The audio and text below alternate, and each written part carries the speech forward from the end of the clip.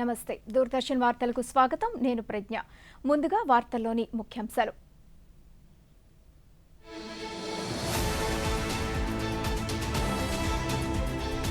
Bharat Vietnam దేశాలు శాంతి సుస్థిరతలకు పాటుపడుతున్నాయన్న రాష్ట్రపతి భారత పర్యటనలో ఉన్న వియత్నాం అధ్యక్షుడు టో లామ్తో చర్చలు జరిపిన ద్రౌపది ముర్ము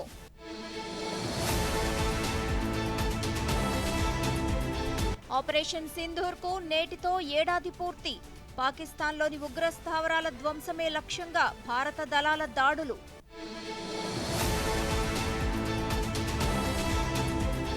నేటి నుంచి కలెక్టర్ల సదస్సు స్వర్ణాంధ్ర 2047పై దిశానిర్దేశం చేయనున్న ముఖ్యమంత్రి చంద్రబాబు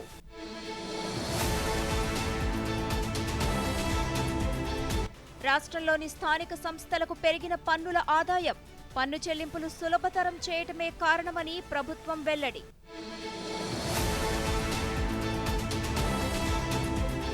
ద్రోణి ప్రభావంతో రాష్ట్రంలో పలుచోట్ల ఓ మోస్తరు వర్షాలు వార్తల్లోని వివరాలు చూద్దాం. భారత్ వియత్నాం దేశాలు శాంతి సుస్థిరతలకు పాటుపడుతున్నాయని రాష్ట్రపతి ద్రౌపది ముర్ము ఉద్ఘాటించారు. ఇరు దేశాల మధ్య ద్వైపాక్షిక సంబంధాలు దృఢంగా ఉన్నాయని, భవిష్యత్తులో అవి మరింత బలోపేతమవుతాయని తెలిపారు. భారతదేశ పర్యటనకు వచ్చిన వియత్నాం అధ్యక్షుడు టో లామ్ సహా ఆ దేశ ప్రతినిధి బృందంతో రాష్ట్రపతి బుధవారం సాయంత్రం భేటీ అయ్యారు. రాష్ట్రపతి భవన్లో జరిగిన ఈ భేటీలో ఉపరాష్ట్రపతి సిపి రాధాకృష్ణన్, ప్రధానమంత్రి నరేంద్ర మోదీ, సుప్రీంకోర్టు ప్రధాన న్యాయమూర్తి జస్టిస్ సూర్యకాంత్ సహా పలువురు కేంద్ర మంత్రులు, ఉన్నత అధికారులు పాల్గొన్నారు. అనంతరం వియత్నాం అధ్యక్షుడి గౌరవార్థం రాష్ట్రపతి విందు ఇచ్చారు. ईस्ट पॉलिसी और इंडो पैसिफिक विजन में वियतनाम का विशेष स्थान है. ग्लोबल साउथ की आवाज़ को सशक्त बनाने के हमारी प्रयासों में हम वियतनाम को एक महत्वपूर्ण साझेदार मानते हैं. हमारी साझेदारी न केवल हमारे दोनों आगामी वर्षों में भारत वियतनाम के साथ अपने व्यापक सहयोग को आगे बढ़ाने के लिए उत्सुक है. मुझे पूर्ण विश्वास है कि आपके मार्गदर्शन और नेतृत्व के साथ हमारी मित्रता निरंतर सुदृढ़ होती जाएगी. Tôi rất vui mừng thăm cấp nhà nước Tuyến.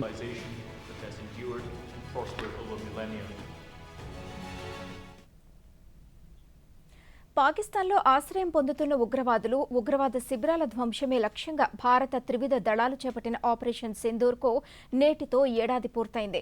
గత ఏడాది ఏప్రిల్ 22వ తేదీన జమ్మూ కాశ్మీర్లోని ప్రముఖ పర్యాటక ప్రాంతం పహల్గాంలోని ఉగ్రవాదులు దాడికి పాల్పడి 26 మంది అమాయకుల ప్రాణాలను బలిగొన్నారు. ఈ ఘటనకు ప్రతీకారంగా పాకిస్తాన్లోని ఉగ్రవాదులు ఉగ్ర స్థావరాలను ధ్వంసం చేయటమే లక్ష్యంగా భారత సైన్యం, వైమానిక నావికా దళాలు 2025 మే 7వ తేదీన ఆపరేషన్ సింధూర్ పేరుతో దాడులు చేపట్టాయి.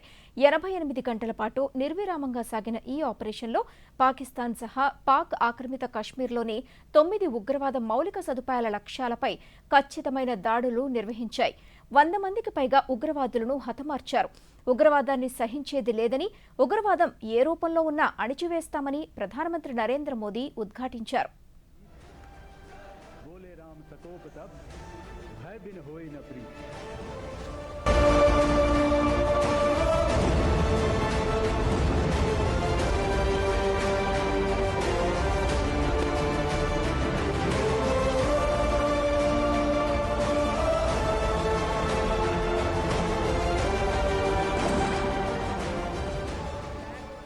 जो सिंदूर मिटाने निकले थे उन्हें मिट्टी में मिलाया है.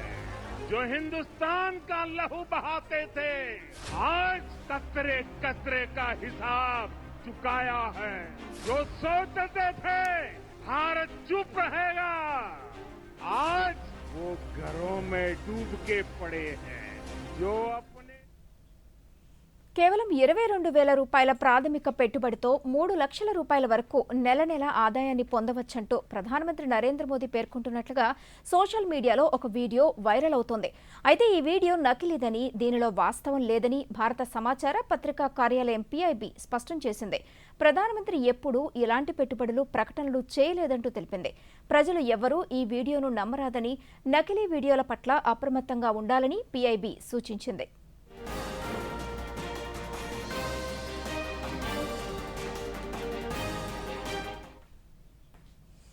పశ్చిమ బెంగాల్లోని గత నెలలో జరిగిన అసెంబ్లీ ఎన్నికల్లో అధికార పార్టీ తృణమూల్ కాంగ్రెస్ పరాజయం పాలన విషయం తెలిసిందే. ఈ నేపథ్యంలో కోల్కతాలోని తృణమూల్ కాంగ్రెస్ పార్టీ అధ్యక్షురాలు ముఖ్యమంత్రి మమతా బెనర్జీ నివాసానికి దారితీసే అన్ని మార్గాలను అధికారులు సాధారణ ప్రజల కోసం తెరిచారు. దాదాపు 15 సంవత్సరాలుగా ఆయా మార్గాలను భద్రతాపరమైన కారణాలతో అధికారులు మూసివేశారు. అయితే ప్రస్తుతం తృణమూల్ కాంగ్రెస్ పార్టీ ఓడిపోవడంతో ఆయా మార్గాల్లోని బారికేడ్లను అధికారులు తొలగించారు. దీంతో సాధారణ ప్రజల రాకపోకలకు ఉన్న నిర్బంధాలు తొలగిపోయాయి. వారు సాఫీగా రాకపోకలను సాగిస్తున్నారు.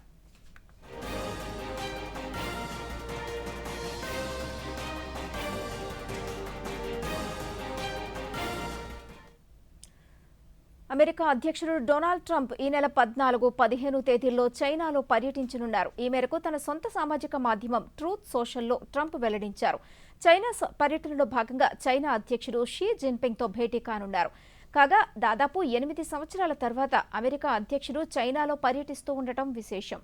పశ్చిమాసియాలో నెలకొన్న ఉద్రిక్తతలు, సుంకాల పెంపు నేపథ్యంలో అమెరికా అధ్యక్షుడు చైనాలో పర్యటించనుండటం ప్రాధాన్యతను సంతరించుకుంది.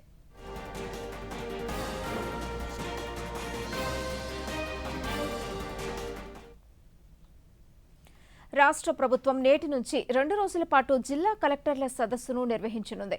రాజధాని అమరావతిలోని సచివాలయం కేంద్రంగా ఈ సదస్సు నిర్వహించనున్నారు.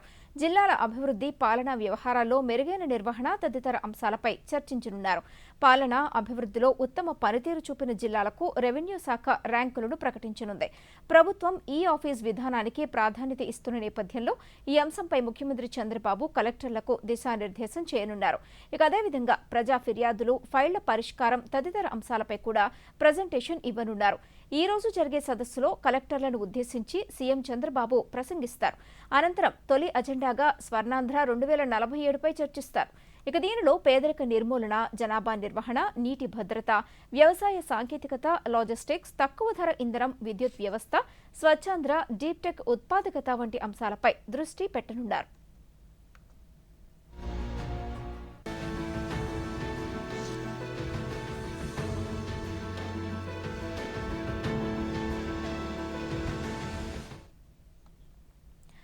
అశోక చక్రంతో సహా ఎటువంటి అతుకులు లేని జాతీయ జెండాను తయారు చేసిన నేతన్నను పలు అంతర్జాతీయ రికార్డులు వరించాయి.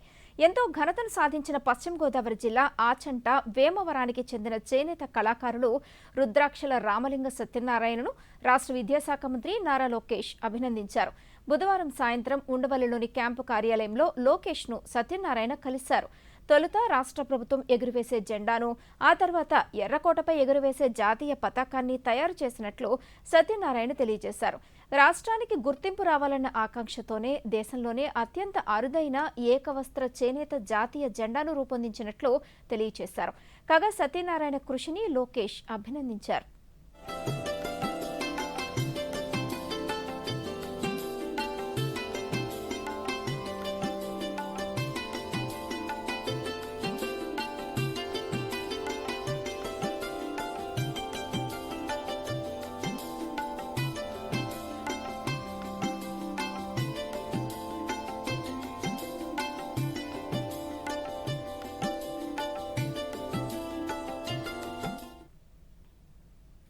రాష్ట్రంలోని పట్టణ, స్థానిక సంస్థలకు ఆదాయం పెరిగినట్లు ప్రభుత్వం తెలియజేసింది. ప్రస్తుత ఆర్థిక సంవత్సరానికి సంబంధించి ఆస్తి పన్ను వసూళ్లలో తొలి నెలలోనే మంచి ప్రగతిని సాధించామంటూ పేర్కొంది. ఏప్రిల్ 30 నాటికి 2,683 కోట్ల రూపాయలకు గాను 948 కోట్ల 15 లక్షల రూపాయల వసూళ్లు చేసి 35% లక్ష్యాన్ని పూర్తి చేశాయని వివరించింది. ఆస్తి పన్ను బకాయిలు, జరిమానాలు కలిపి మొత్తం వసూళ్లు 1000 కోట్ల రూపాయలకు చేరాయని, ఏప్రిల్ 30 లోపు ఆస్తి పన్ను చెల్లించిన వారికి 5% రిబేటు ప్రకటించడంతో పట్టణ ప్రజలు స్పందించారంటూ పేర్కొంది. గత ఏడాదితో పోలిస్తే ఈసారి 176 కోట్ల రూపాయల పెరుగుదల నమోదైనట్లు ప్రభుత్వం తెలిపింది. జీఐఎస్ మ్యాపింగ్, డ్రోన్ సర్వేలు, డిజిటల్ డాష్ బోర్డులు, మొబైల్ యాప్ల వినియోగం కారణంగానే పన్నుల వసూళ్లు పెరిగాయంటూ వివరించింది.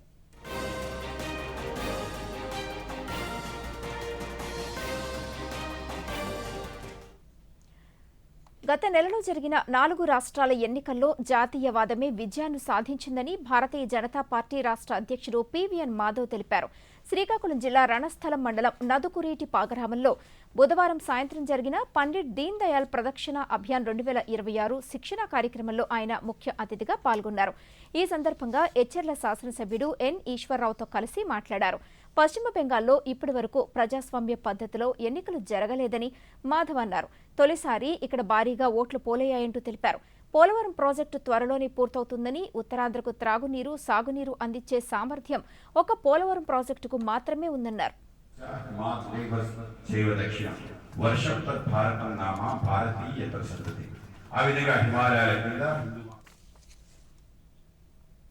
కేంద్ర ప్రభుత్వం అమలు చేస్తున్న సూర్యఘర్ యోజన పథకాన్ని ప్రతి ఒక్కరూ సద్వినియోగం చేసుకోవాలని చిత్తూరు పార్లమెంటు సభ్యులు దగ్గుమళ్ల ప్రసాదరావు కోరారు. ఎస్సీ, ఎస్టీ వర్గాలకు ఈ పథకం కింద పూర్తి స్థాయి రాయితీ లభిస్తుందంటూ తెలిపారు. బీసీ వర్గాలకు 50% రాయితీ, ఇతర వర్గాలకు 30% రాయితీ ఇస్తున్నారని వివరించారు. సూర్యఘర్ యోజన కింద సౌర ఫలకాలు ఏర్పాటు చేసుకుంటే విద్యుత్ బిల్లులు చెల్లించాల్సిన అవసరం ఉండదని, మిగులు విద్యుత్తును గ్రిడ్కు విక్రయించే సౌలభ్యం ఉంటుందని తెలియజేశారు. దీన్ని డొమెస్టిక్గా సూర్యఘర్ అనేది ఎందుకు అంటున్నారంటే ప్రతి ఇంటికి ఇంటిపైన కానీ ఇది పెట్టుకుంటే న్యాచురల్గా వచ్చే సన్లైట్ నుంచి ఎనర్జీని తీసుకుంటాం. దానివల్ల పొల్యూషన్ తగ్గుతుంది, దానివల్ల కరెంటు బిల్లు తగ్గుతాయి. సో వాళ్ళు చేసే ఎంకరేజ్మెంట్ వల్ల ఏంటంటే బిల్లు ఏది మనం బయట నుంచి కొన్నా, హైడ్రో కొన్నా, కోల్ నుంచి తీసుకున్నా కాస్ట్ ఎక్కువ అవుతుంది. న్యాచురల్ సోర్స్ నుంచి తీసుకుంటే కాస్ట్ తక్కువ అయిపోతుంది, మన బిల్లు మనకే తగ్గుతుంది. కాబట్టి ముందు ప్రత్యేకంగా వెనకబడిన వర్గాలకి వాళ్ళ ఇళ్ళ మీద పెట్టుకుంటే సెంట్రల్ గవర్నమెంట్ సబ్సిడీ ఇస్తుంది, స్టేట్ గవర్నమెంట్ కూడా సబ్సిడీ ఇస్తుంది. ఎస్సీ, ఎస్టీస్కి 100% శ్రీకాకుళం జిల్లాలో ప్రముఖ వాణిజ్య కేంద్రమైన నరసన్నపేటను ఆదర్శవంతమైన స్వచ్ఛ నరసన్నపేటగా తీర్చిదిద్దడమే లక్ష్యమని జిల్లా కలెక్టర్ స్వప్నిల్ దినకర్ పుండ్కర్ స్పష్టం చేశారు. బుధవారం ఉదయమే నరసన్నపేట చేరుకున్న కలెక్టర్ పట్టణంలోని ప్రధాన కూడలలో జరుగుతున్న పారిశుద్ధ్య పనులను క్షేత్రస్థాయిలో పర్యవేక్షించారు. పారిశుద్ధ్య నిర్వహణలో రాజీ పడకూడదని, అధికారులు నిరంతరం అప్రమత్తంగా ఉండి లక్ష్యాన్ని పూర్తి చేయాలని దిశానిర్దేశం చేశారు.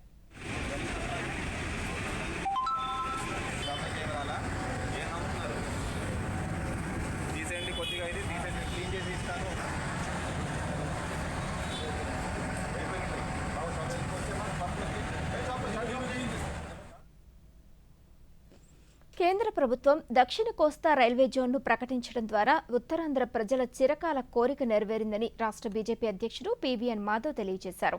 విశాఖపట్నంలో ఆయన మీడియాతో మాట్లాడుతూ దశాబ్దాలుగా రైల్వే జోన్ కోసం చేసిన కృషి వల్లే దక్షిణ కోస్తా రైల్వే జోన్ సాధ్యమైందని చెప్పారు.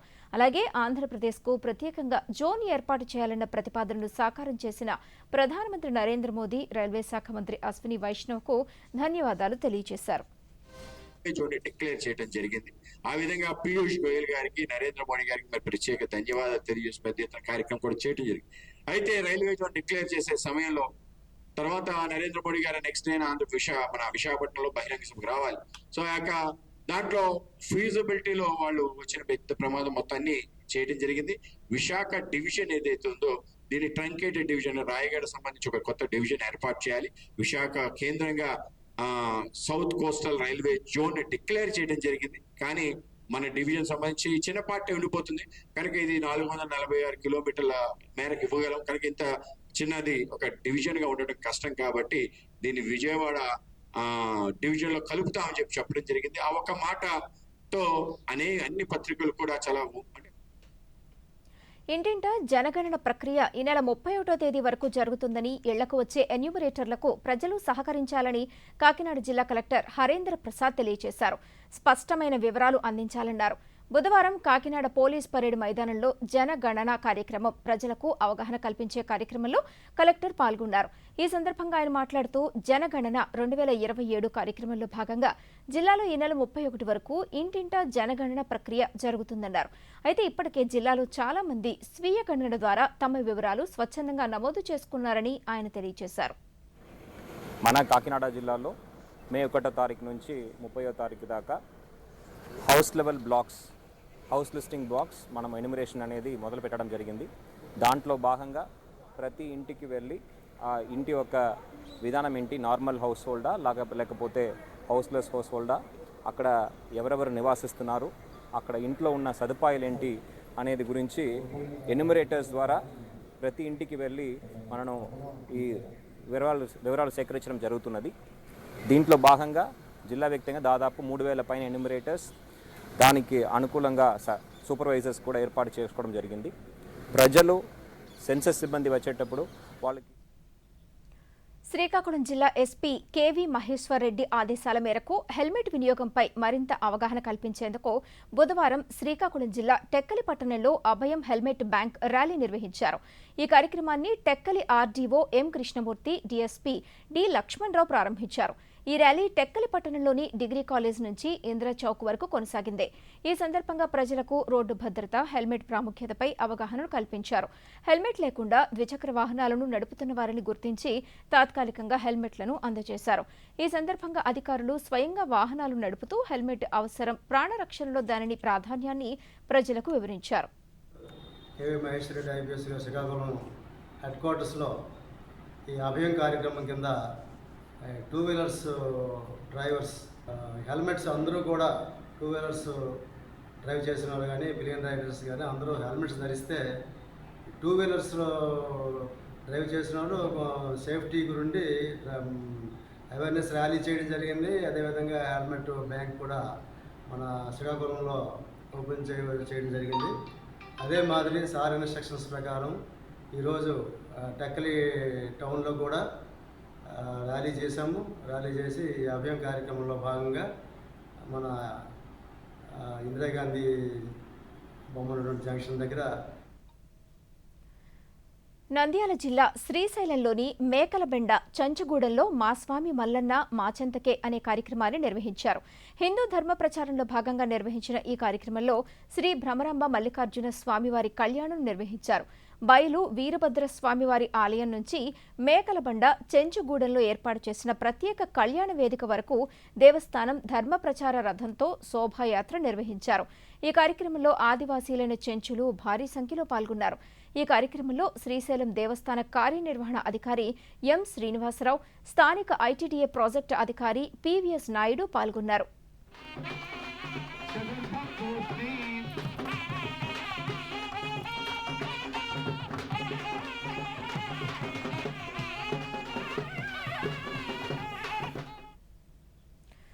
నిరుద్యోగ యువత ప్రధానమంత్రి కౌశల్ వికాస్ యోజనను సద్వినియోగం చేసుకోవాలని అనంతపురం జిల్లా నైపుణ్యాభివృద్ధి శాఖ అధికారి ప్రతాప్ రెడ్డి సూచించారు.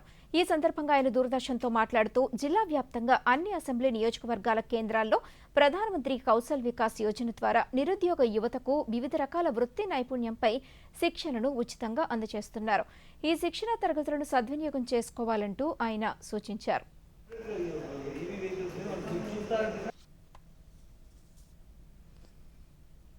కేవై సెంటర్లు మనకు ప్రతి జిల్లాలో మన జిల్లాలో 8 సెంటర్లు ఉన్నాయి. మనకు ఈ 8 సెంటర్లలో ఇప్పుడు ప్రస్తుతానికి పీఎంకేవై టార్గెట్ మనం రన్ చేస్తున్నాము. ఇది స్టేట్ ఆంధ్రప్రదేశ్ రాష్ట్ర నైపుణ్యాభివృద్ధి సంస్థ ద్వారా పీఎంకేవై టార్గెట్ ఇక్కడ మనం ట్రైనింగ్ జరుగుతుంది. మనకు ఈ ఇయర్ 2025-26 సంవత్సరానికి 2025-26 సంవత్సరానికి గాను మనకు 780 మందిని టార్గెట్ ఇవ్వడం జరిగింది. ఈ 8 సెంటర్ల ద్వారా ప్రస్తుతానికి 240 మంది ప్రస్తుతానికి రన్ అవుతుంది, ట్రైనింగ్ జరుగుతుంది, ఆన్గోయింగ్లో జరుగుతున్నది.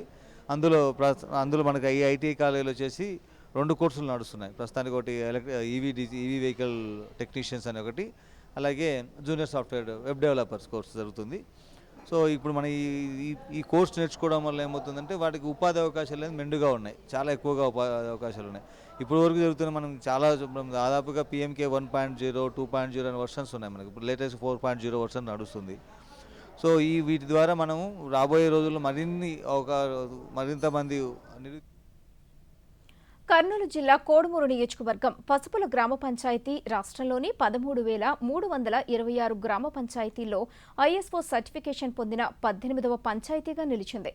ఉమ్మడి కర్నూలు జిల్లాలో మొదటి గ్రామ పంచాయతీగా నిలిచిన నూతన చరిత్రను సృష్టించింది.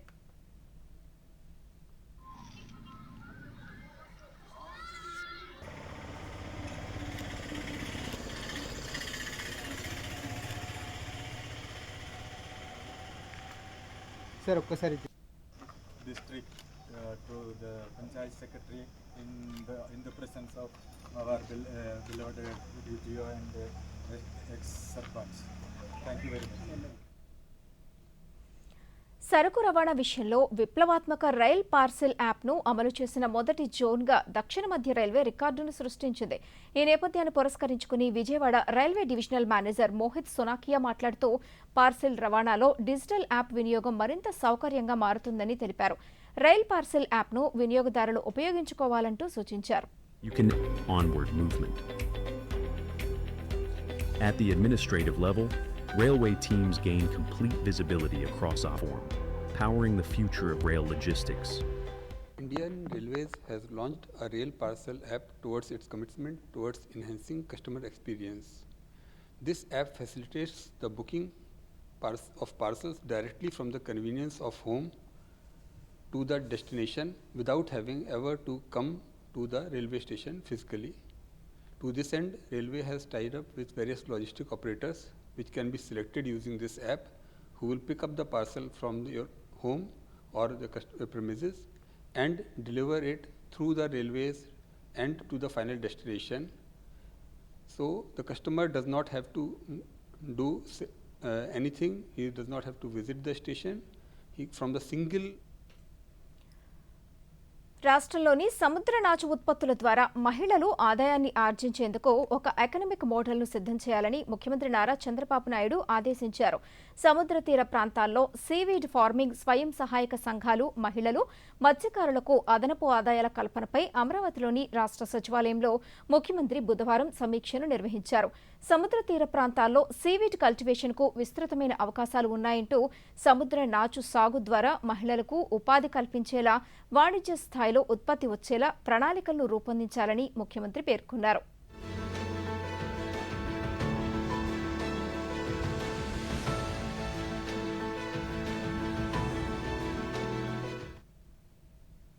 ప్రకృతి సేద్యంలో పంటలను పండించడం ద్వారా రైతులకు ప్రయోజనం చేకూరుతుందని ముఖ్యమంత్రి నారా చంద్రబాబు నాయుడు పేర్కొన్నారు. రాష్ట్రంలో ధాన్యం, అరటి, పొగాకు, ఆయిల్ ఫామ్ కొనుగోళ్లపై అమరావతిలోని రాష్ట్ర సచివాలయంలో ముఖ్యమంత్రి చంద్రబాబు సమీక్షను నిర్వహించారు. మార్కెట్ డిమాండ్కు అనుగుణంగా రైతులు పండించే పంటలకు ధరలు దక్కేలా చూడాలంటూ దిశానిర్దేశం చేశారు. రైతులకు లాభసాటిగా ఉండేలా నాణ్యమైన దిగుబడులకు కృషి చేయాలంటూ ముఖ్యమంత్రి సూచించారు.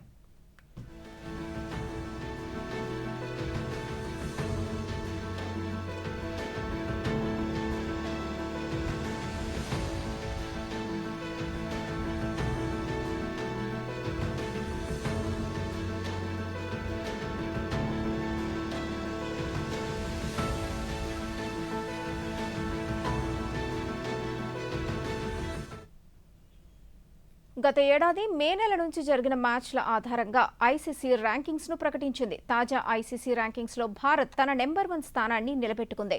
ప్రపంచ కప్ విజయం తర్వాత కూడా ఏమాత్రం పట్టు సడలకుండా ఇంగ్లాండ్, ఆస్ట్రేలియా వంటి దిగ్గజ జట్లను వెనక్కి నెట్టి భారత్ 275 రేటింగ్ పాయింట్లతో అగ్రస్థానంలో నిలిచింది.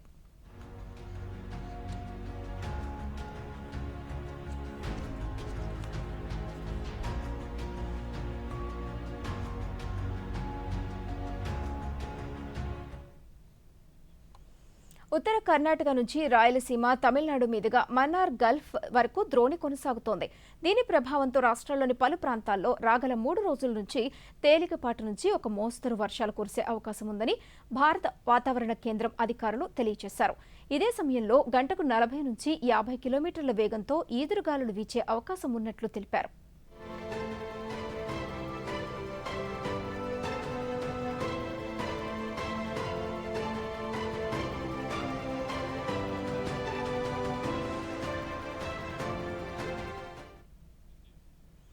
వార్తల్ని ముగించే ముందు ముఖ్యాంశాలు మరొకసారి.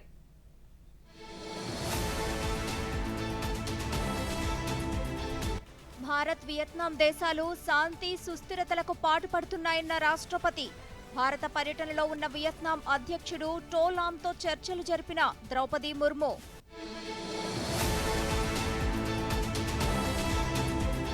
ఆపరేషన్ సింధూర్కు నేటితో ఏడాది పూర్తి. పాకిస్తాన్లోని ఉగ్ర స్థావరాల ధ్వంసమే లక్ష్యంగా భారత దళాల దాడులు.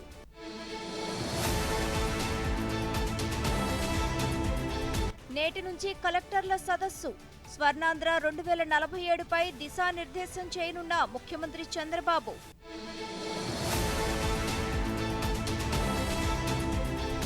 రాష్ట్రంలోని స్థానిక సంస్థలకు పెరిగిన పన్నుల ఆదాయం, పన్ను చెల్లింపులు సులభతరం చేయటమే కారణమని ప్రభుత్వం వెల్లడి.